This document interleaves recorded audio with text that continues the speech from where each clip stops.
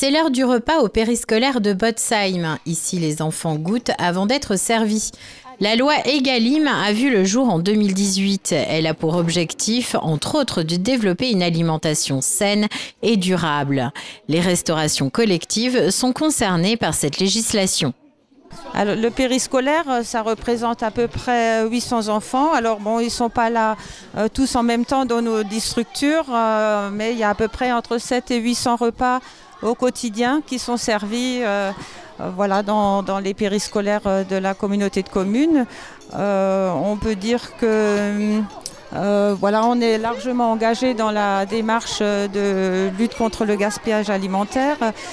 Depuis la loi Egalim, la communauté de communes a été un peu précurseur puisque dès 2020, des actions ont été mises en place et notamment cette lutte contre le gaspillage alimentaire et puis aussi la suppression, comme le demande la loi, de tout ce qui est plastique. Donc normalement, la loi prévoit la fin du plastique en 2025 pour toutes les structures qui accueillent des enfants de moins de 6 ans.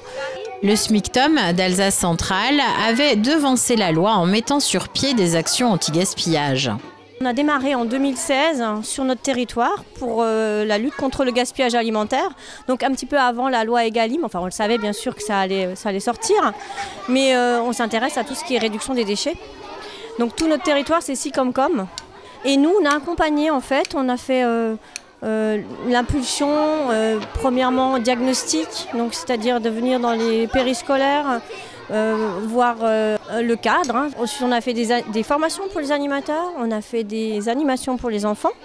À la fin du repas, les déchets crus vont dans le compost et les cuits dans le bac de biodéchets.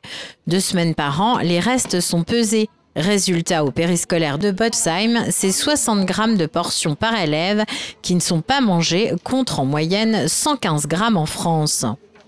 Au multi-accueil du Jardin des Loupiots à Markolsheim, le plastique a été complètement banni depuis 3 ans. Les biberons ont été remplacés par des gourdes en verre ou en inox et les enfants mangent avec une vaisselle traditionnelle. Une infirmière planifie les repas qui sont préparés sur place par une cuisinière expérimentée. Le multi-accueil dispose également d'un compost. Pour le SMICTOM d'Alsace centrale, l'alimentation est un enjeu à tous les niveaux.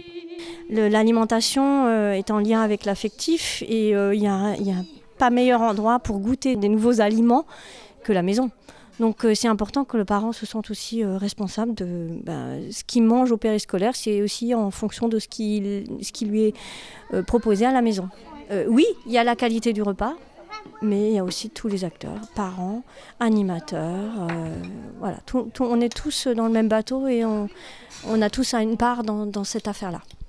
Tout le monde a un impact sur l'alimentation. Il est donc nécessaire de faire les bons choix pour notre santé et notre planète.